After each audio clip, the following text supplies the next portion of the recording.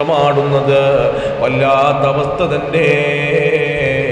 ദുനിയാവ് തലക്ക് പിടിക്കുമ്പോ അള്ളാനെയും ദീനിനെയും ദീനിന്റെ ഷിആറുകളെയും കുടുംബ ബന്ധങ്ങളെയും മറന്നു പോകുന്ന മാനവനാകല്ലേ. ഇന്ന് മനുഷ്യനെ തിരിച്ചറിയാൻ പറ്റാത്ത കാലം. ലാഹിരിയായ നിലയില് ബാത്തിനിയായ നിലയില് ഒരു നിലയിലും മനുഷ്യൻ തിരിച്ചറിയാൻ പറ്റുന്നില്ല. ശൈത്താന്റെ കുതന്ത്രം വരുമ്പോ മനുഷ്യൻ വഴിപിഴച്ചു പോവുകയാ. എല്ലാവരെയും അല്ലാഹു രക്ഷപ്പെടുത്തണേ അല്ലാ. എന്താ വരുന്നെന്ന് പോലും അറിയപ്പെടാതെ മനുഷ്യൻ അധംപതിച്ചു പോവുകയാ. അതല്ലേ ഖുർആൻ പറഞ്ഞത്? അതാണ് ഖുർആൻ പറഞ്ഞതറിയോ? മനുഷ്യൻ ഉയർന്നാലോ മലക്കുകളെക്കാൾ ഉയരും കേട്ടോ. യുർഫഉൽ മലായിക, ആ മലക്കുകളെക്കാൾ ഉയരാൻ കഴിയും. പക്ഷേ മനുഷ്യൻ അധംപതിച്ചാലോ? ഖുർആൻ തന്നെ പറയുന്നു ബൽഹും അദൽ,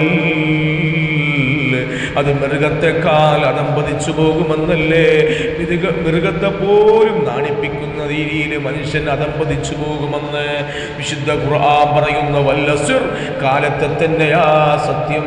ഇന്നൽ ഇൻസാന ലഫീ ഹുസ്ർ, മനുഷ്യവർഗം പരാജയത്തിലാ, മനുഷ്യവർഗം നഷ്ടത്തിലാ. അല്ലാഹുവേ കാക്കണേ അല്ലാ. ഞങ്ങളെ മക്കളെ, കുടുംബങ്ങളെ, വേണ്ടപ്പെട്ടവരെ ഒന്ന് രക്ഷപ്പെടുത്തണേ അല്ലാ. അല്ലാഹുവിന്റെ ഈമാൻ വലുതാ. നൂറുല്ലാഹി ഹഖുൻ, അത് വല്ലാത്ത സത്യമാണ്. ഈ ഈമാൻ എന്ന് പറഞ്ഞത് അൻതുമിന ബില്ലാഹ്, വെറുതെ വാഗൊണ്ട് പറയലല്ല കേട്ടോ.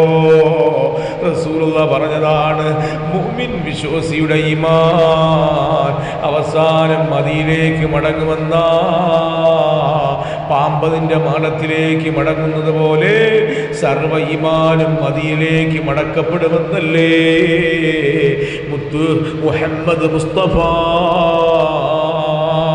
കള്ളം പറയാത്ത നാമ കൊണ്ട് വിശ്വഗുരു മുഹമ്മദ് മുസ്തഫ, നമ്മെ നാമാക്കി മാറ്റിയ നേതാവ് മുഹമ്മദ് മുസ്തഫ, അടിച്ചമർത്തപ്പെട്ടവന്റെ പടനായകൻ മുഹമ്മദ് മുസ്തഫ, വേദനിക്കുന്നവന്റെ ഉള്ളുകൾ അറിയുന്ന നേതാവ് മുഹമ്മദ് റസൂലുള്ളാഹി.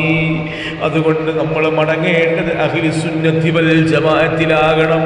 വിശ്വാസം പിഴച്ചാൽ എല്ലാം തകർന്നു പോകും. അല്ലാഹു കാക്കട്ടെ.